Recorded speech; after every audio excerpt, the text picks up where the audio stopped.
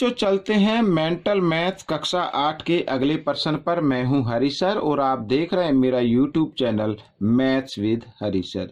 यहाँ पर ये चैनल मैंने स्पेशल हिंदी मीडियम के बच्चों के लिए बनाया है।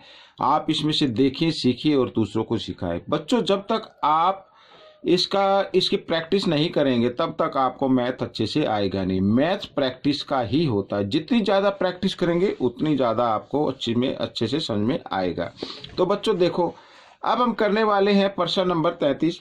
लिखा, एक आयत का परिमाप संख्यात्मक रूप से आयत के क्षेत्रफल के बराबर है। ठीक है, यदि आयत की चौड़ाई 3 सेंटीमीटर हो तो लंबाई बतानी है। साथ ही हम करेंगे प्रश्न नंबर 34। एक कोण अपने संपूरक कोण का 2 गुना है, इस कोण के संपूरक कोण का पूरक कोण बताइए। ठीक है, आइए करना शुरू करते हैं। और यहाँ पर इस क्वेश्चन को मैंने पहले से लिख के रखा हुआ है, ये देखिए यहाँ पर। ठीक है, आइए करना शुरू करता हूं मैं। अब इसमें लिखा कि आयत की चौड़ाई तो दी हुई है 3 सेंटीमीटर, तो लंबाई बतानी है। तो हम माना आयत की लंबाई x सेंटीमीटर मान लेते हैं। माना आयत की लंबाई बराबर x सेंटीमीटर। ठीक है बच्चों, ये मान लिया। और आयत की चौड़ाई तो दी हुई है, उसको लिख लेते हैं बराबर दी हुई है 3 सेंटीमीटर।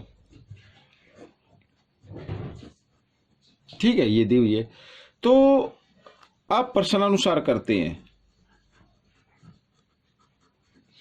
लिखा, क्या लिखा है कि एक आयत का परिमाप, ठीक है बच्चों, संख्यात्मक रूप से आयत के क्षेत्रफल के बराबर है। परिमाप, अब देखो परिमाप हम ये होता है परिमाप यानी 2 लंबाई जमा चौड़ाई। ठीक है, ये परिमाप होता है। और लेकिन ये बराबर है किसके? क्षेत्रफल के बराबर। तो क्षेत्रफल क्या होता है? लंबाई गुणा चौड़ाई, इस तरीके से। तो दोनों क्या है? आपस में बराबर है।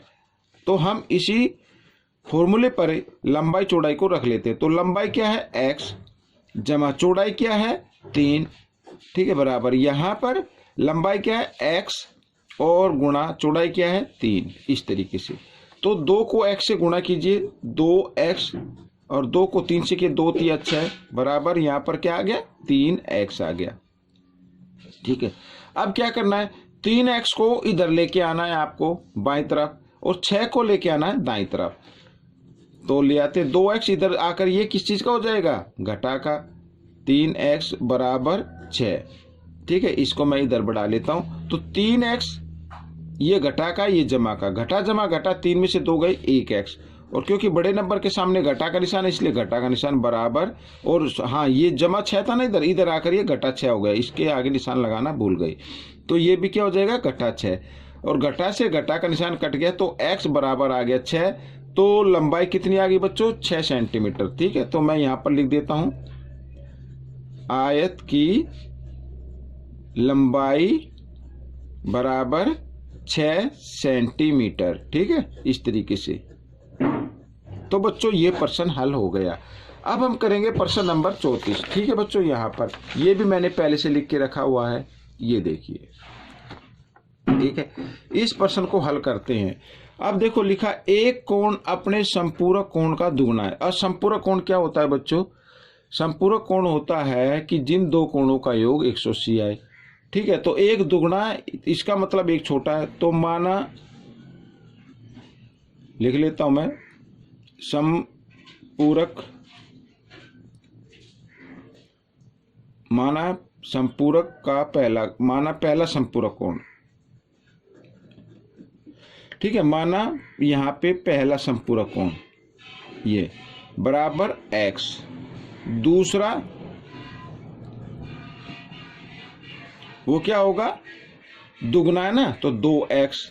और प्रश्नानुसार देखो, प्रश्नानुसार यानी दोनों कोणों का योग x जमा 2x, इनका योग अगर 180 आता है तो संपूरक है। और ये तो दिया हुआ है कि दोनों कोण क्या है? संपूरक है। तो एक कोण दूसरे कोण का क्या है? दुगना है। तो आइए निकाल लेते हैं। 2x और 1x, 3x बराबर 180। इधर बढ़ा लेता हूँ। हमें x का मान निकालना है तो 180, 3 इधर गुणा में, इधर आकर ये भाग में हो जाएगा, तो 3 6 18 0। तो x का मान आ गया बच्चों यहाँ पर 60 डिग्री। ठीक है, अब इसमें फिर आगे क्या लिखा है, इस कोण के समपूरक कोण का पूरक कोण बताइए। अब इसका पूरक कोण बताना है। ठीक है, पूरक कोण क्या होता है बच्चों, जिन दो कोणों का योग क्या होता है 90 डिग्री होता है। जिन दो कोणों का योग 90 डिग्री होता है तो वो पूरक कोण कहलाता है। ठीक है, तो पूरक कोण ज्ञात करेंगे तो हम क्या करेंगे, 90 में से इस कोण को आप घटा दीजिए तो आ जाएगा आपका 30। तो 30 डिग्री आपका ये जो है आया है, ये आपका उत्तर है। तो बच्चों ये प्रश्न हल हो गया। आपको कैसे लगा मुझे जरूर बताएं और इसमें से सीखकर दूसरों को सिखाएं। मिलते हैं अगले पाठ में, तब तक के लिए धन्यवाद।